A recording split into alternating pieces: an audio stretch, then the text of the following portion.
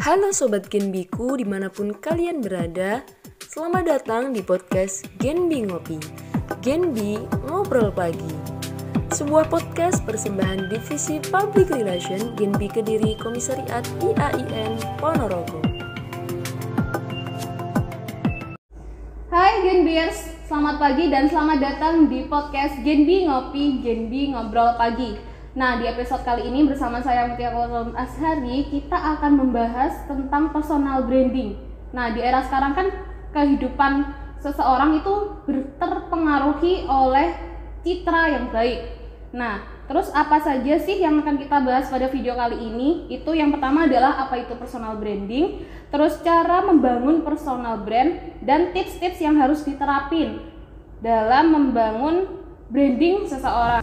Nah, langsung aja kita hadirkan narasumber yang sangat luar biasa, fenomenal. Track recordnya sudah ada di mana-mana nih, di Ormawa maupun komunitas, baik di dalam kampus maupun di luar kampus. Salah satunya adalah menjadi Wakil Presiden Mahasiswa IAIN Ponorogo. Langsung saja kita sapa. Halo Mas Rian, selamat pagi. Halo, selamat pagi. Gimana kabarnya Mas? Alhamdulillah baik sekali ini. Baik ya. Ya, Oke. baik sekali. Sebelum kita lanjut ke inti pembahasan nih ya Mas Rian. Gimana kalau Mas Rian kenalan dulu dengan Genbiers di rumah, karena kan nanti yang nonton bukan hanya Genbiers dari IAIN Ponorogo, tetapi juga dari Tulungagung, Kediri, Blitar, bahkan sejatim nih Mas, se-Indonesia itu nonton gitu podcast kita. Monggo silahkan. Alhamdulillah luar biasa sekali ya berarti ini. Oke, terima kasih. Perkenalkan, nama saya Rian Gunawan. Saya mahasiswa semester 7 jurusan Komunikasi Penyiaran Islam. Alamat saya dari ujung timur Ponorogo, Mbak. Jadi saya juga ini anak gunung juga, Anggun saya. Jadi saya dari ujung timur Ponorogo, tepatnya di Desa Suko, Kecamatan Suko, Kabupaten Ponorogo. Itu saja. Mungkin ada lagi yang dikenalkan? Jangan lupa Instagramnya kan. Oh iya. Biar teman-teman Genbi nggak perlu cari yang susah-susah di Instagram nanti. Ya. Kalau Instagram saya tetap saya pakai ID yang agak susah juga. Nanti bisa di tag ataupun bisa di follow ya. Oke, siap. @xvrrm_ nanti ya. Jadi @xvrrm_ itu nanti bisa di searching di explore gitu. Wow, ada di Siap. Explore. Ya. Oke. Terus nih, apa itu namanya? Kemarin saya lihat itu di SG-nya Mas Rian. Ya. Itu Mas Rian jalan-jalan sama anak-anak Dema Institute di Jakarta, di gedung DPR nih, guys. Ngapain nih Kak Rian? Soalnya aku tuh belum pernah gitu ke gedung DPR. Coba jelasin dulu. Ya, kalau terkait dengan hal itu mungkin insya Allah 2024 kerja. Ya enggak. Oh, Gitu, amin, enggak. amin dulu. Kita aminin dulu. Enggak seperti itu. Iya. Jadi mungkin kalau dari segi pandangan yang lain, mungkin itu kenapa kok di gedung DPR ataupun di gedung Nusantara itu ngapain, dan juga apakah menemui yang lain ataukah belajar tentang apapun itu. Nah, yang jelas kemarin itu di gedung DPR itu juga ada agenda tentunya di situ bahwasanya IAIN Ponorogo itu juga punya dosen yang sekarang itu sudah menjadi PNS di gedung DPR RI. Nah, di sekretariat DPR RI itu beliau Bapak Ahmad Muhadam Faham itu sebagai peneliti dan juga pengembang dari kebijakan-kebijakan DPR RI itu di wilayah agama dan juga kemasyarakatan. Nah, dari situ kita ke sana dalam artian yang pertama sowan, dan juga yang kedua kita mau mengulik sebuah pelajaran di situ, bahwasanya kan banyak sekali mungkin dari permasalahan-permasalahan juga dan juga kebijakan-kebijakan DPR, kebijakan-kebijakan melalui undang-undang itu kadang juga menjadi permasalahan untuk masyarakat sendiri ataupun untuk mahasiswa. Nah, dari sana kita mencari sumbernya apa kira-kira yang dibahas di sana, dan juga yang menjadi pembahasan secara rinci di sana itu apa, sebenarnya ada apa di sana.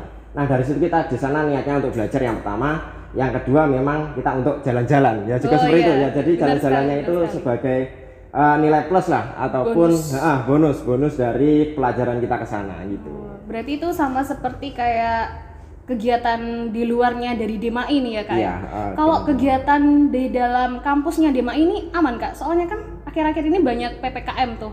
Nanti itu acaranya Kak Rian apakah ada yang mundur atau gimana gitu? Ya, terima kasih. Kalau untuk kegiatan di Dema Institute itu tetap berjalan ya, karena kita juga sistemnya hybrid juga. Kadang kita ada yang online, kadang kita juga offline seperti itu. Kita menyesuaikan. Kalaupun kita nanti kegiatannya online ya mungkin kita melalui Zoom atau melalui yang lain. Akan tetapi ketika kita menggunakan offline, yang jelas yang pertama harus kita selesaikan adalah di wilayah Satgas. Satgas kita harus selesai terlebih dahulu. Terkait dengan peserta kita juga harus selesai dahulu. Misal sekarang itu apabila kita membuat kegiatan di Graha Watu Dakon ya, yang sangat megah itu, yang dulu kan juga muat untuk 500 sampai 1000 orang. Akan tetapi ketika sekarang sudah dalam keadaan PPKM ataupun masa pandemi sekarang, itu kita membatasi menjadi 100 orang. Ketika 100 orang tersebut sudah kita ajukan ke Satgas Covid dan juga di ACC, itu nanti kegiatan tetap berjalan. Jadi kegiatan kita itu menyesuaikan dengan konsep kita yang pertama, yang kedua itu menyesuaikan dengan izin dari Satgas Covid. Iya, jadi sekarang semakin ketat gitu ya Kak peraturannya dari kampus. Iya juga seperti itu. Oh ya Kak, ini kan saya mahasiswa kampus 2 nih Kak. Dengar-dengar fansnya Kak Rian di kampus 2 itu banyak gitu. Terus kalau organisasi yang diikuti Kak Rian selain DEMA itu apa ya? Selain DEMAI tentunya saya juga aktif di Ekstra juga ya, Ekstra yang ada di IAIN Ponorogo. Sebenarnya juga ada beberapa Ekstra dan juga UKM. Tentunya harapan saya juga ini ikut serta dalam membangun untuk kawan-kawan dari mahasiswa IAIN Ponorogo sendiri, khususnya untuk yang maba itu entah apapun itu organisasi yang ada di IAIN Ponorogo yang sesuai dengan passion kalian, entah itu organisasi Ekstra maupun organisasi UKM, itu sangat-sangat manfaat sekali untuk mengembangkan potensi yang ada di mahasiswa seperti itu. Itu sudah dibuatkan wadah, ya mari kita manfaatkan seperti itu. Iya benar. Ngomong-ngomong tentang mahasiswa nih Kak, pasti citra Kakak di mahasiswa khususnya mahasiswa baru nih ya, pastinya cetar wah mas wakil presma gitu ya. Kalau ketemu pasti wah Mas Rian gitu pasti itu. Terus kalau menurut Kakak sebuah personal branding itu apa nih Mas? Ya. Yang jelas personal branding itu adalah sebuah citra diri yang pertama. Personal branding adalah citra diri. Yang kedua, personal branding adalah identitas. Karena kita per individu juga itu mempunyai identitas diri sendiri. Kalaupun kita mengatakan personal branding, apabila sudah selesai dan juga itu sudah final, personal branding itu melekat kepada diri kita dan juga diri kita mempunyai identitas, itu nanti ketika disebutkan identitas yang lain itu akan mengarah ke kita. Semisal saya mengatakan Mbak Mutia ini di Genbi sebagai anggota divisi public relation. Ketika di luar bertanya anggota divisi public relation-nya Genbi IAIN Ponorogo, langsung mengarah ke Mbak Mutia. Semisal ada juga semisal itu gini terkait dengan personal branding, semisal dari saya itu ya, saya. Dari Masnya. Tanpa menyebut nama saya, dari kawan-kawan memanggil, oh Pak Wapres, itu langsung mengarah ke saya. Nah itu personal branding. Jadi personal branding itu juga bisa dikatakan sebutan kita yang lain. Akan tetapi di situ sebutan kita dalam bentuk prestasi ataupun juga sebuah bentuk kejelekan juga dari kita. Mungkin kalau kita di masyarakat Jawa, anak-anak Jawa sendiri ataupun anak-anak kampung ya seperti saya juga, anak gunung juga, anak pelosok. Biasanya itu yang pertama yang disebutkan itu adalah nama julukan. Nama julukan kecil itu yang pertama. Yang kedua tidak jarang juga kita itu menggunakan nama bapak. Iya benar. Ya, nama bapak untuk julukan. Nah itu juga bisa dikatakan personal branding. Misal saya dipanggil dengan nama bapak saya. Nah itu sebenarnya juga dikarenakan personal branding dari kita itu melekat dengan orang tua kita, melekat dengan orang tua kita. Nah itu juga bisa berbentuk personal branding. Jadi personal branding itu juga beragam. Ada juga yang berbentuk karena prestasi, ada berbentuk juga karena jabatan juga ya, karena jabatan. Ada berbentuk juga karena kecerdasan juga, pengaruh orang tua dan juga pengaruh lingkungan. Ini juga berpengaruh di wilayah personal branding seperti itu. Terus motivasi Kak Rian pertama kali membangun sebuah personal branding itu apa Kak? Dari dimulainya itu kapan gitu pertama kali membangun sebuah personal branding?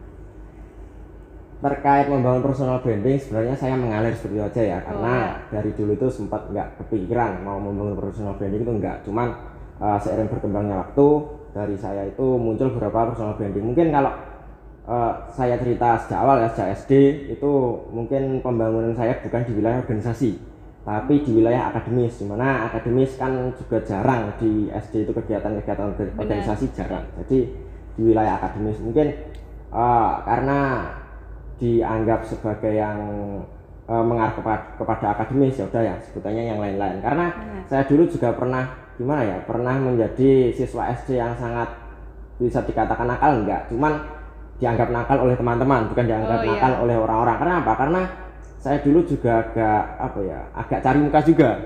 Boleh saya katakan seperti itu. Semisal ada tugas atau yang lain itu baru mengerjakan dengan yang lain, baru mengerjakan pagi itu. Masnya udah selesai gitu ya? Iya, udah selesai. Lalu nanti Bu ada tugas seperti itu. Nah dari situ mungkin ada juga yang nggak suka dengan saya karena saya seperti itu. Itu mungkin karena keegoisan saya ya seperti itu. Ya mungkin sejak SMP saya membangun dikarenakan akademis saya juga berkurang ketika SMP, karena di SMP saya dihadapkan pada beberapa kegiatan di organisasi dan juga di akademis juga. Akan tetapi dari situ saya juga tidak tinggal diam, dalam artian di sini ya memang saya di organisasi berada di wakil ketua OSIS dan juga ketua dewan penggalang. Akan tetapi di situ yang saya rasakan saya belum selesai kalau hanya di wilayah non akademis saja. Alhasil kemarin alhamdulillah juga pada tahun 2014 saya mewakili SMP Negeri 1 Soko, SMP saya itu di tingkat kabupaten di Olimpiade IPS, Olimpiade Siswa Nasional IPS. Itu alhamdulillah kemarin mendapatkan harapan 1. Jadi ya sudah ada harapan lah. Tapi kan tingkatnya nasional gitu ya, Mas, beda lah.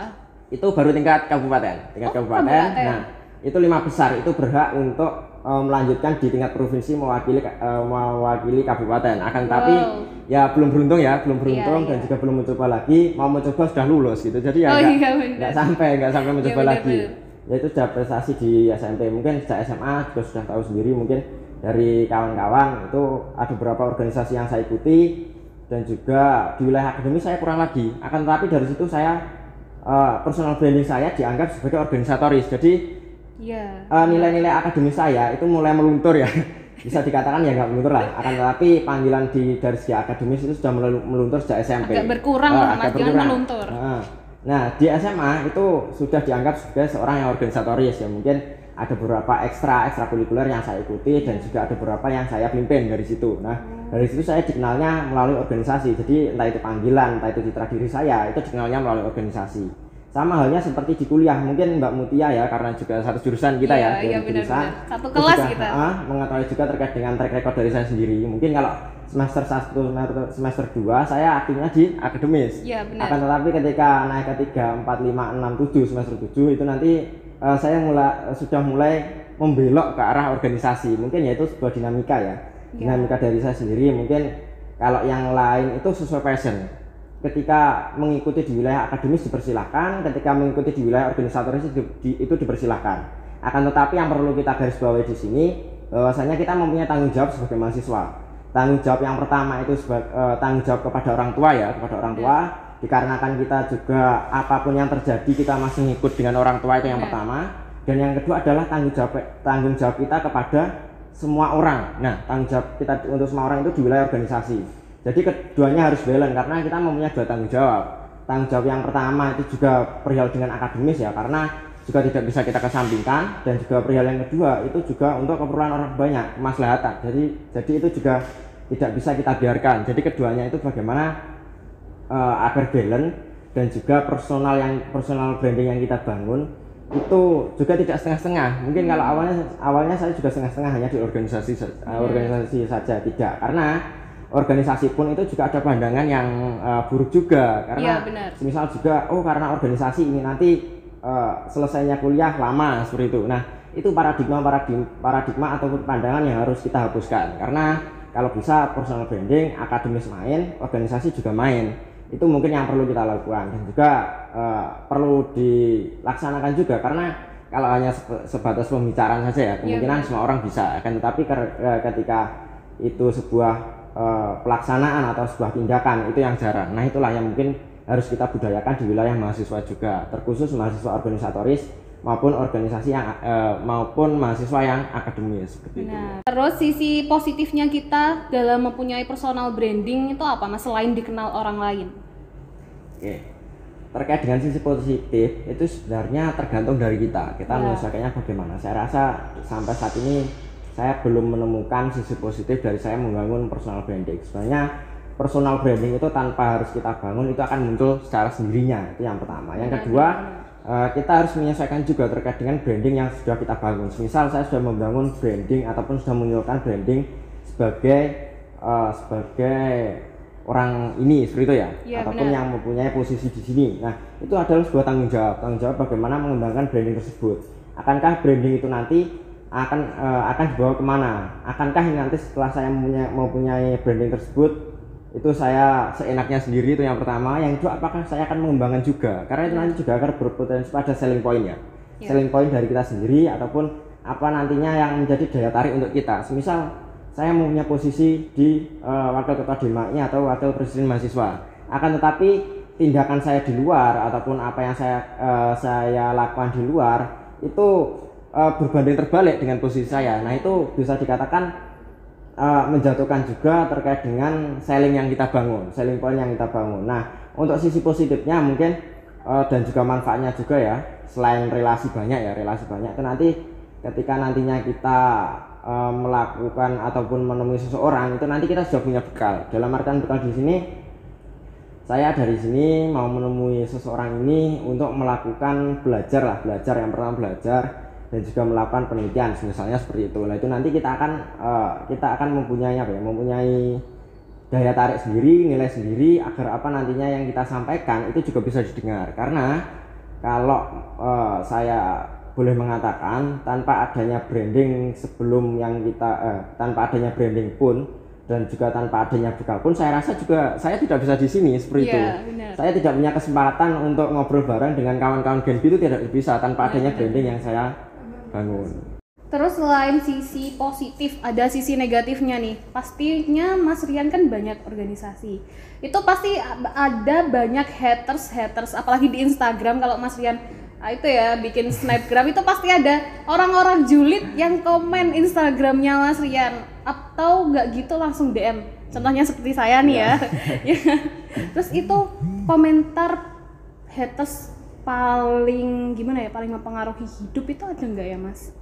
Oh iya, yang jelas seperti ini ya, karena kita juga sudah dewasa juga ya, sudah dewasa dan juga terkait dengan permasalahan juga ataupun suatu hal yang tidak kita sukai ataupun orang lain yang tidak menyukai kita, itu pasti ada.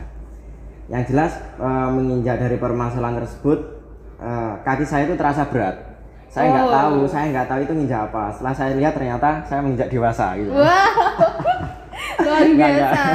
Nah, trennya emang lagi kayak gitu. Nah, dari situ sebenarnya ketika kita menemukan sebuah hal yang itu agak berat dan juga itu tanggapan yang itu tanggapan buruk kepada kita, itu sebenarnya bukan sebuah hal yang masalah berlebihan lah, bukan. Karena itu bisa dikatakan sebuah hal yang menentukan level kita. Semakin kita ke depan, permasalahan yang kita terima ataupun permasalahan yang kita hadapi itu semakin berat. Kalaupun permasalahan di wilayah haters, saya rasa haters itu sebagai balance kita, control and balance kita kalau tidak dia mengontrol dari wilayah yang tidak suka kepada kita, kita nanti akan merasa bahwasanya pencapaian saya itu selesai di situ dan juga puncak tertinggi di situ. Akan tetapi ketika dari haters tersebut menyampaikan kekurangannya seperti ini dan juga penyampaiannya seperti ini, itu nanti malah yang membuat kita untuk berkembang ke depan. Jadi pengembangan itu juga bisa melalui haters juga. Kalaupun dari saya mungkin ada kurang juga dan juga yang lain mungkin ada kurang.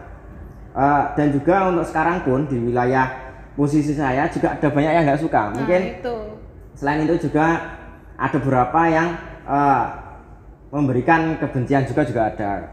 Akan tetapi dari situ sebuah hal yang wajar juga ya saya rasa, karena semua hal ataupun semua pejabat juga yang di luar kampus itu juga mempunyai haters sendiri-sendiri ataupun mempunyai sisi kebencian sendiri-sendiri, dan itu sebuah hal yang bisa dilakukan oleh semua orang juga ya, karena sekarang mungkin kalau di arus teknologi juga seperti tadi yang dikatakan di Instagram juga ya. Iya, benar. Sebenarnya tidak hanya di Instagram, di grup WA itu juga ada.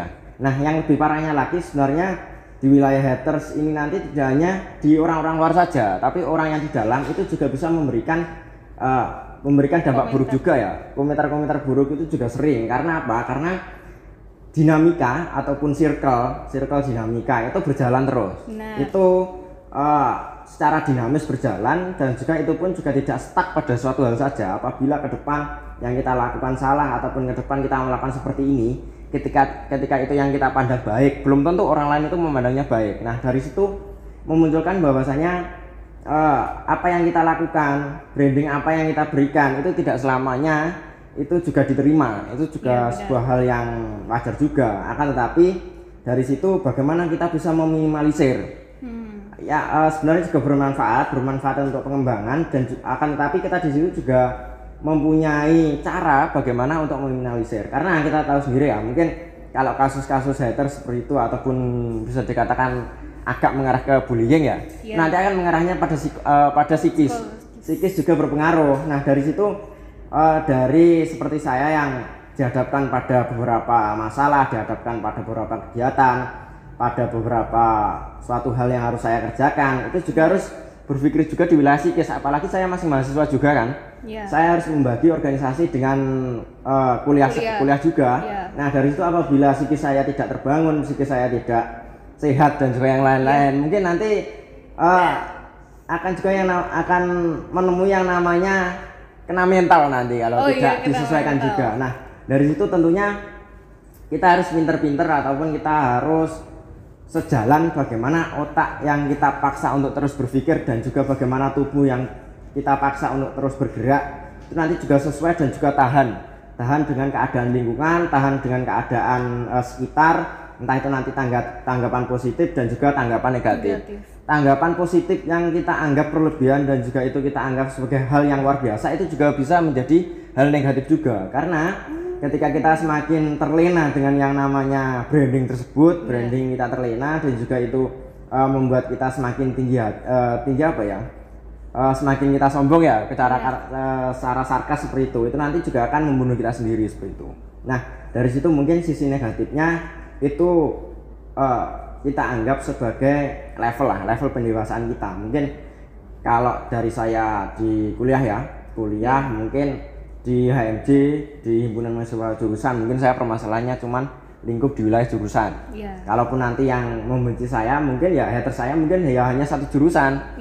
Begitupun naik di wilayah fakultas ya, di ketua Dema fakultas, saya rasa dari fakultas USUDIN 3 jurusan yang menjadi satu, itu pun juga tidak semuanya kenal saya yang pertama, yang kedua tidak semuanya juga suka dengan saya, itu saya pastikan seperti itu. Akan tetapi dari situ juga banyak suara-suara minor ataupun suara mayor dari situ yang memberikan kebencian kepada saya. Mungkin dari kepengurusan yang saya lakukan ataupun ketika saya mengajukan diri yang lain-lain itu mungkin ada dari kebencian mereka. Tapi dari situ ketika saya mempunyai haters, berarti saya sudah naik level. Ketika saya mempunyai haters, secara otomatis berarti nantinya saya mempunyai control and balance untuk bagaimana ke depan dalam saya mengurus, dalam saya berjalan, itu nanti ada yang mengawasi, ada yang mengontrol pergerakan saya. Jadi saya tidak seenaknya sendiri dan juga saya tidak merasa puas dengan hasil yang saya capai. Gitu. Terus pertanyaan saya satu, Mas Rian pernah ngambek nggak sama kata-kata si haters nih? Iya.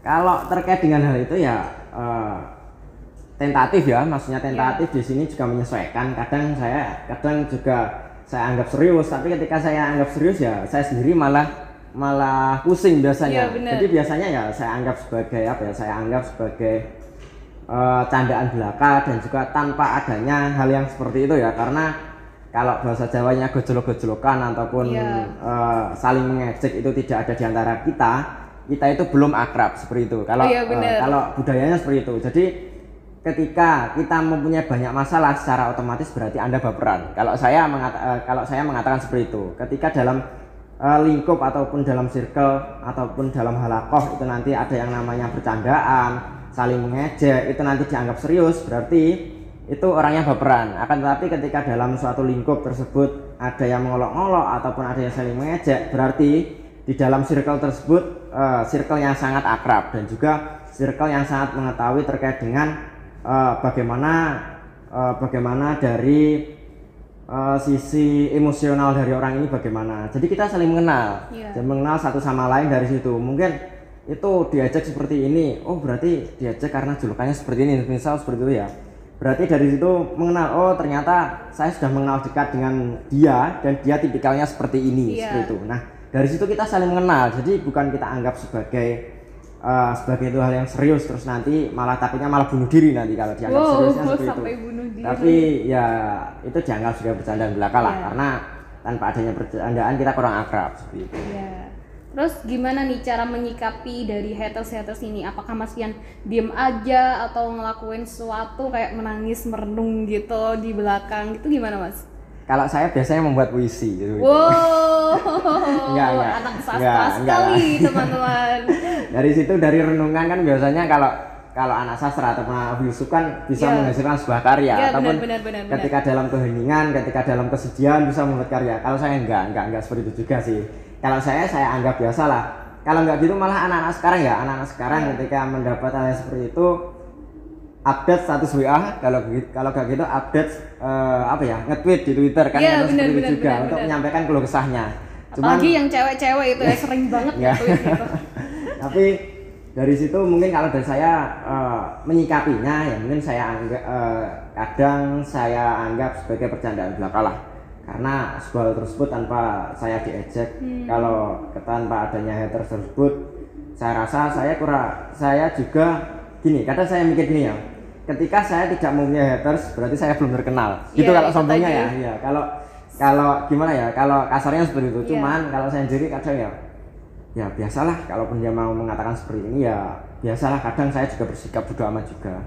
Ketika kita bersikap bodo amat, acuh tak acuh, kadang juga kita kembalikan. Kalaupun gak gitu kita ajak guyon juga. Semisal nantinya saya diajak seperti ini, loh Mas kok sama itu seperti ini, ataupun ada haters yang mengatakan itu nggak baik dan juga pergerakan kami itu nggak sesuai dengan rule-nya ataupun nggak sesuai dengan aturan-aturan yang sesuai dengan saat ini seperti itu. Ya mungkin saya tanggapi ya udah kita sesuaikan aja dengan aturan, ataupun nanti Anda sendiri yang membuat aturan gitu ya. Nantinya ya kita saling berkomunikasi lah. Nanti ketika ada yang mengejek, kita membalasnya dengan guyonan, kita membalasnya dengan bercandaan seperti itu.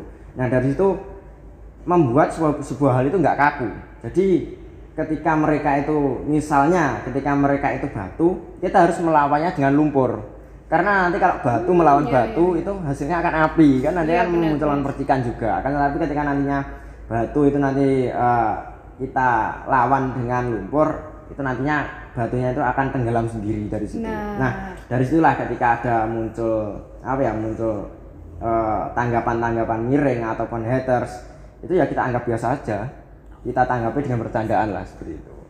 Masnya ini pasti suka bercanda ya? Tapi tipe-tipenya Mas Rian ini bukan orang yang tipe yang suka bercanda gitu, soalnya mukanya lempeng terus di Instagram itu kan juga sering banget Mas Rian lempeng-lempeng wajahnya.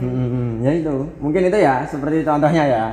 Tapi kalau dari saya ya gimana ya, saya tuh kalaupun mau bercanda ataupun yang lain kadang juga menyesuaikan juga. Maksudnya menyesuaikan, kadang saya bercanda, pernah saya tuh ketika mengajar anak-anak kecil saya ajak bercanda, saya sampaikan jokes bapak-bapak itu garing ternyata. Nah sama halnya seperti tadi, sebenarnya jokes yang saya sampaikan ataupun yang saya bicarakan tadi itu sebenarnya juga garing sih, tinggal dari audien juga nanti menanggapinya seperti apa. Kalaupun selera dari teman-teman audien ini jokes bapak-bapak, saya rasa juga tertawa. Tapi kalaupun jokesnya itu jokes anak muda, kemudian juga biasa juga seperti itu. Karena yang lebih penting jangan sampai lah, mungkin kalau di forum luar biasa kita dark jokes juga ya, cuman kalau sekarang mungkin yang disampaikan itu ya joke-joke yang sesuai dengan kita juga. Karena kalau saya nggak mengutip sih, tapi saya mengikut tokoh-tokoh politik juga. Presiden keempat Indonesia, presiden keempat ya, ke-1, 2, 3, keempat ya, presiden keempat Indonesia, Gus Dur juga. Itu apapun hal yang terjadi, Gus Dur itu tidak dianggap sebagai hal yang terlalu meresahkan atau bermasalah, bukan, tapi dianggap sebagai lelucon seperti biasa. Seperti halnya diturunkan parlemen, diturunkan dari jabatan presiden pun keluar dari istana negara itu cuma pakai kolor sama kaos, karena dianggapnya sebagai hal yang biasa.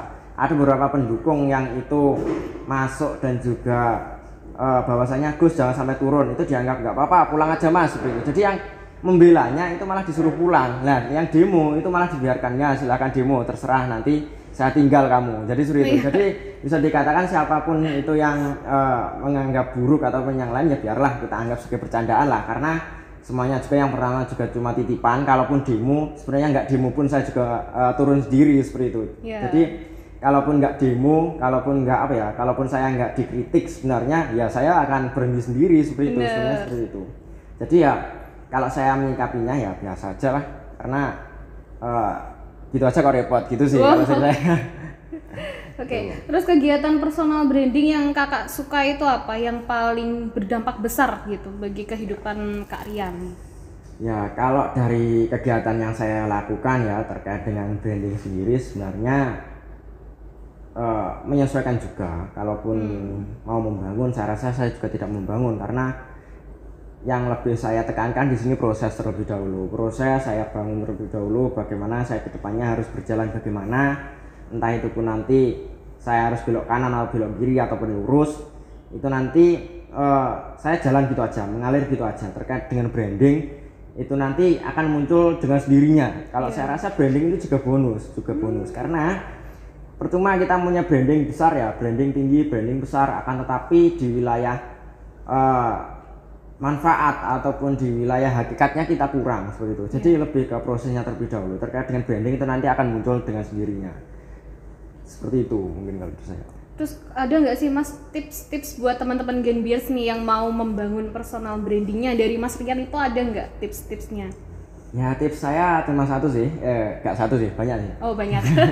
Enggak, tips saya cuma gini aja ya, terkait dengan branding itu tidak perlu untuk dipikirkan ataupun tidak perlu untuk ditarget. Misal saya mentarget untuk seperti ini, jangan sama seperti itu kan, tetapi saya mau melakukan seperti ini terlebih dahulu. Jadi apa yang kita lakukan terlebih dahulu itu bagaimana? Jangan sampai finishnya dulu. Secara praktis saya menginginkan untuk menjadi sekian, jangan sampai seperti itu. Karena ketika praktisnya seperti ini dan juga tidak kesampaian, itu nanti malah sakitnya itu di situ, bukan di sini, bukan di sini, tapi di situ. Okay.